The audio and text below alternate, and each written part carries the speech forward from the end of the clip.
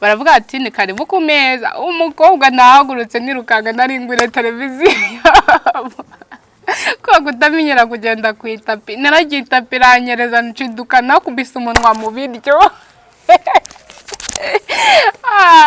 Uzumane byari bisekeje pe none nyine.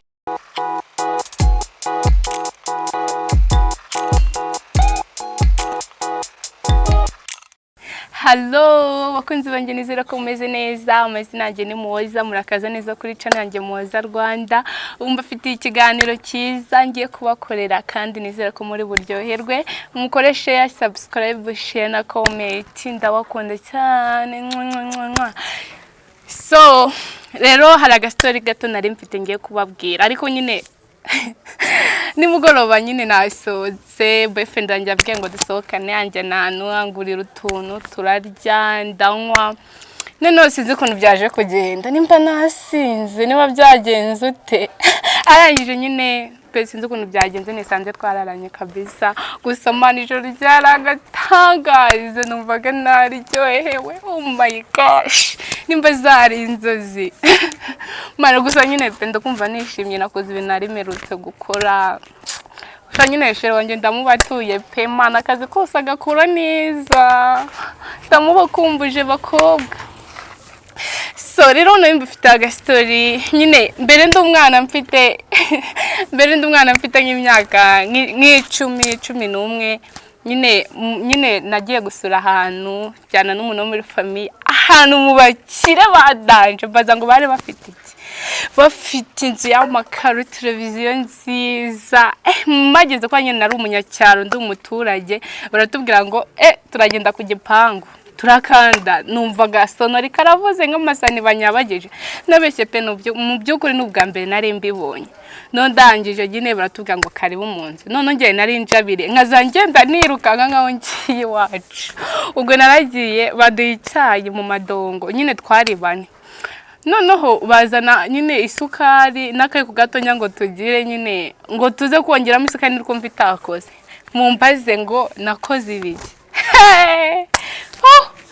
umukobwa muzima bamaye akayiko nyo isukari nangira kunywesha kakayiko bamaye gusa nyenesha nibwo mbitekereza nkavuga ngo nicishije mijisho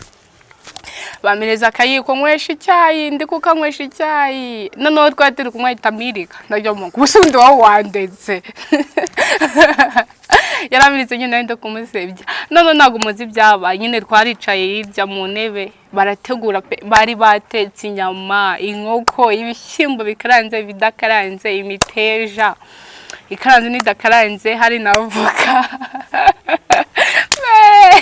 ndangije baravuga ati ni karibu ku meza. Umukobwa nahagurutse nirukanga naringwire televiziyo ko kutamenyera kugenda ku itapi. Naragiye itapi iranyereza nshiduka nakubise umunwa mu biryo.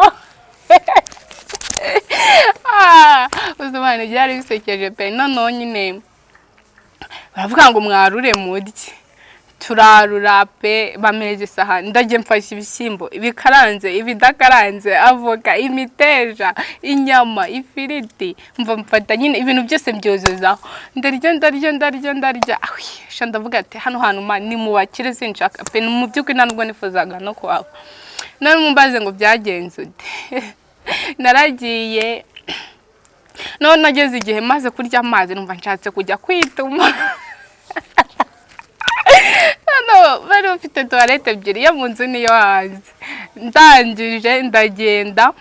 masanga bafite nyine igitoilette kimeze nk'inuza cy'umweru cy'ikizeru ku buryo ubona ari nk'isiniya hari hejuru hari n'amazi nyine wari kwituma ugafungura amazi nyine akajyana imyanda muri wasi y'inyuma ndangije mbambwiye umuntu ngo shango ngiye nyine nabonye tuzi twireze hejuru ndango ngiye nago nshaka kunyara ndashaka kwituma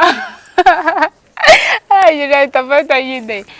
shama nari bindabyanga nyine abatabanyana kuri toilette yo hanze ndagaruka